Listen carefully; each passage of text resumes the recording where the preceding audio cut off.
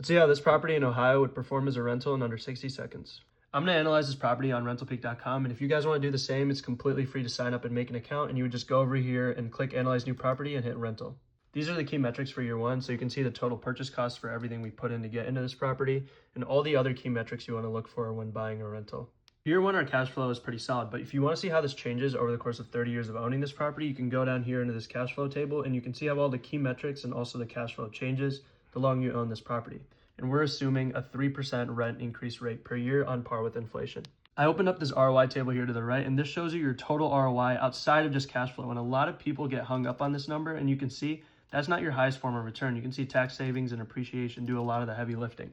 So that's why on RentalPeak, we wanted to include this table so people can get a true understanding of what their total ROI is when buying a rental property. One of the new features we added is AI Deal Insight. So based on how you underwrote this deal and the details of the property, it'll generate strengths and weaknesses. So you can see the strengths are positive cash flow and a healthy DSCR ratio. And one of the weaknesses is maintenance risk. Because this property is older, you're just going to have to allocate more money monthly in order to maintain this property. RentalPeak also pulls up market data, so you can see the market appreciation forecast. And this will show you for each year over the last 10 years what the average appreciation rate was in Akron, Ohio specifically.